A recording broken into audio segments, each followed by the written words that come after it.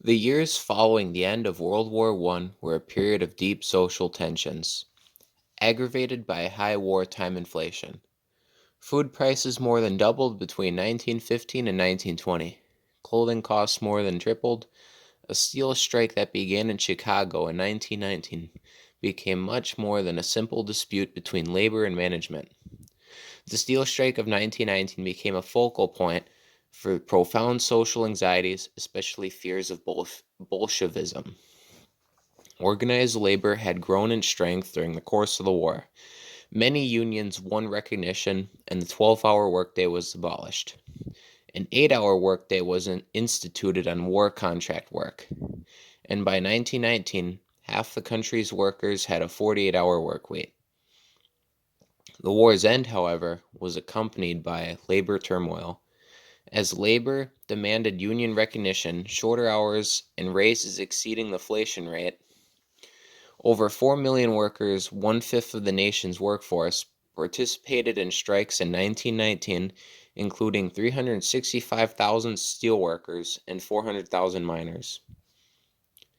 The number of striking workers would not be matched until the Depression year of 1937. The year began with a general strike in Seattle. Police officers in Boston went on strike, touching off several days of rioting and crime. But most tumultuous strike took place in the steel industry.